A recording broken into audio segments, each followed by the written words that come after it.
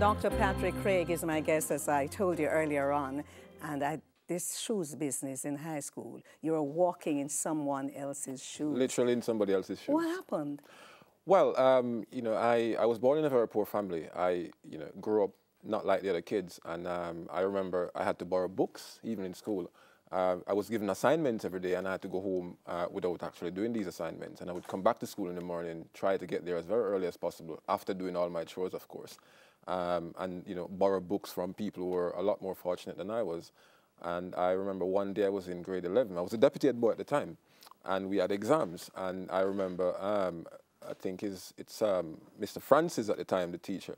And he told me one day, as they usually call me, deputy, he said to me, your shoes is not the right color, because at the time, well, maybe still right now, you had to wear black or brown.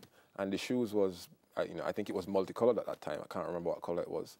And, he said to me that if I didn't paint my shoes, I would be removed from the exam or barred from the exam the following day.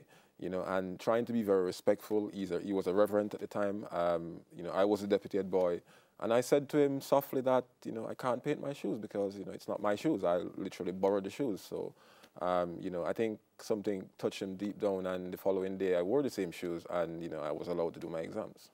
Let's go to Ginger Peace in St. Catherine. And the school to which you referred a while ago was Tasha's Golden. Tasha's Golden, right. Yes. Ginger Peace, that's where you were born. I was born in Ginger Peace, yes. What were those early years like? It's can't really recall the very early years, but I remember Ginger Peace had no ginger. I didn't know why they called it Ginger Peace. By the way, do you know ginger knife? Well, I've never heard of it. Well, it's a today. thin blade and narrow, so it can go between the ginger toes. Very and that you use to peel the ginger. You live, you learn. Yeah, indeed. Yes, but there were no ginger in Ginger Peace. Ginger Peace was, I always wondered why people usually go and live, so far from the road, because Ginger Peace was, it was lodged far away from the main road.